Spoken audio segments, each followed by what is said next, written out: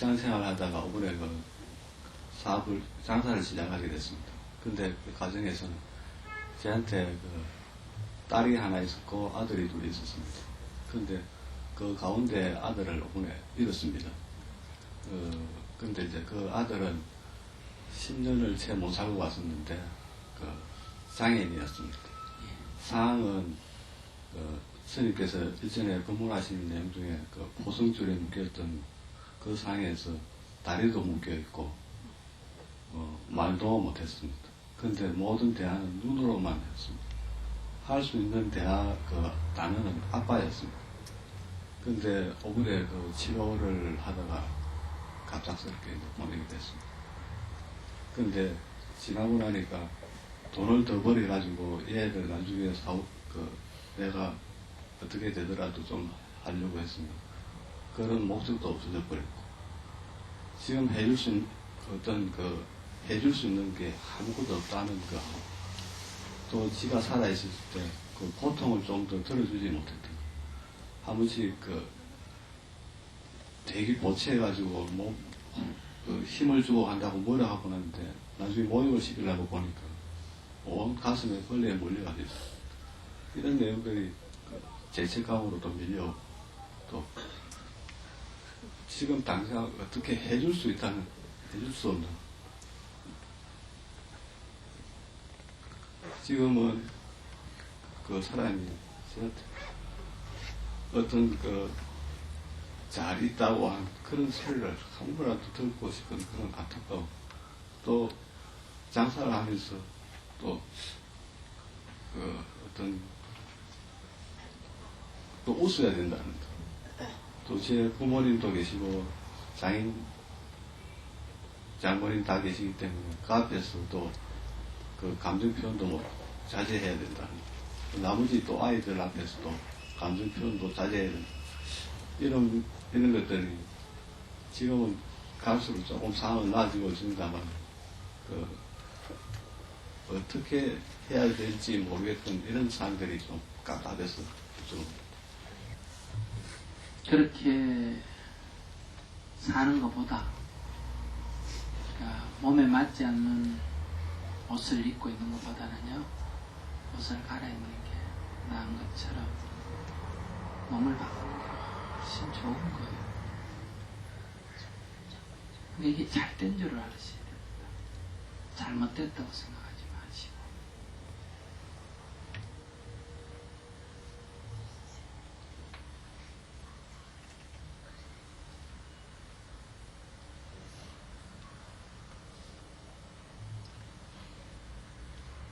얼마나 이제 자유로워졌느냐.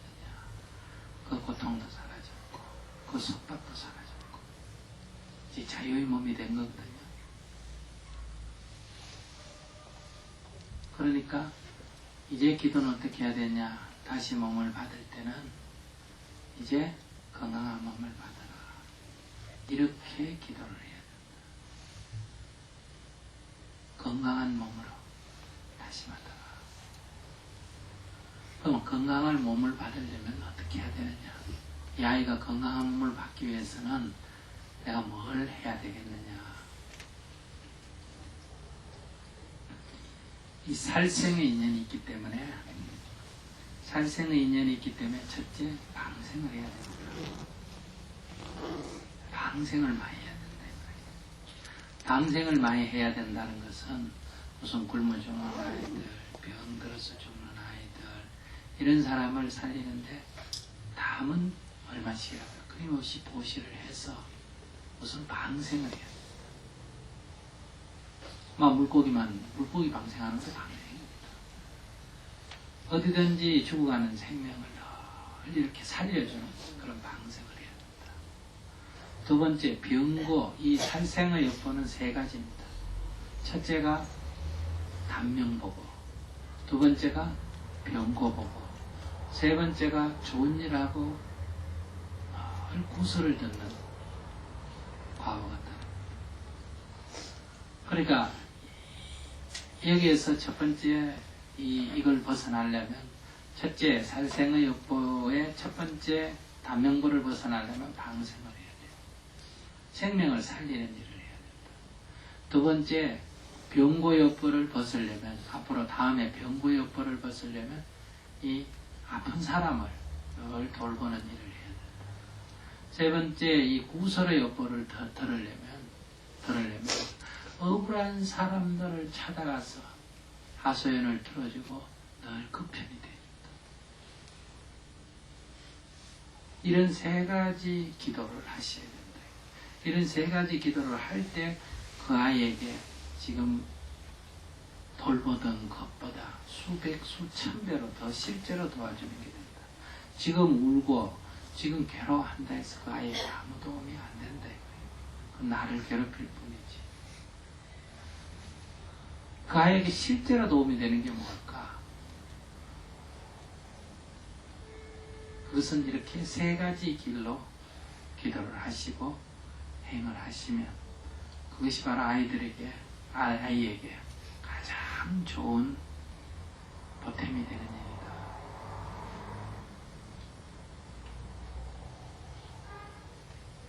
제가 볼 때는 아이가 살아있을 때 결국 아이가 살아있다 죽었다 하는 것은 아이를 뭘로 보는 거예요? 육신으로 보는 거 아니에요, 그죠? 육신이 참 내가 아니다는 걸 아시면 아이가 죽었다 이런 생각을 벗어날 수가 있어요. 그래서 생사가 없다 그래요. 나고 죽음이 없다. 우리가 난다음에 죽는다는 거는 몸뚱이에 상을 가지고 말하는 거란 말이에요. 그걸 떠난다면 나는이 죽느니 하는 것들은 벗어날 수가 있어요. 가족관계에서 억제해야 되는 부분, 이런 부분들을 처리하기가, 그걸 한번 폭발을 한번 해버리든지 해야 되는. 그냥 법당에서 엎드려서 절을 하면 감정 폭발이 일어납니다. 그러니까 본인이 보기엔 잘못된 것 같지만 스님 보기엔 잘된 겁니다. 잘됐다고 생각할 때는 따로 감정이라는 게 없어요.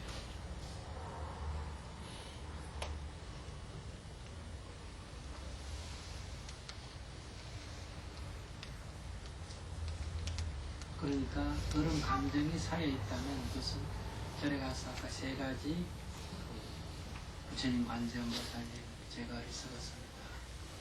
제가 제 인연의 과거를 알지 못했습니다. 이제 알고 보니 살생에 인연이 있었군요. 그러니 이 살생의 인연을 깊이 참여합니다. 방생하겠습니다. 병든 이를 고지하는 보시를 행하겠습니다. 억울하고 분한 사람을 늘 보살피겠습니다. 이렇게 기도를 하시면 금방 좋아지겠습니다.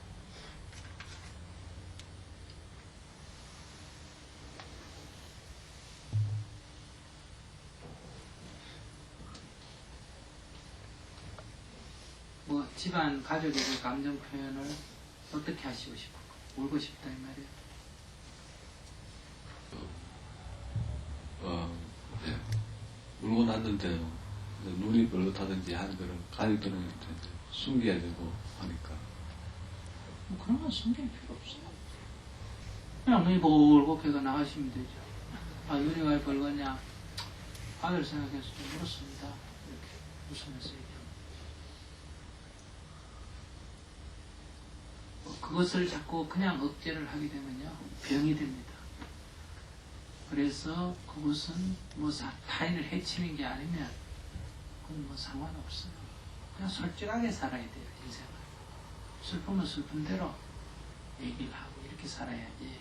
그걸 자꾸 억누르게 되면 이제 가슴에 큰 병이 되죠. 그리고 사업을 할 무슨 희망이 없어졌다 그러는데 지금 이 세 가지 일을 하려면 오히려 더 희망이 있죠.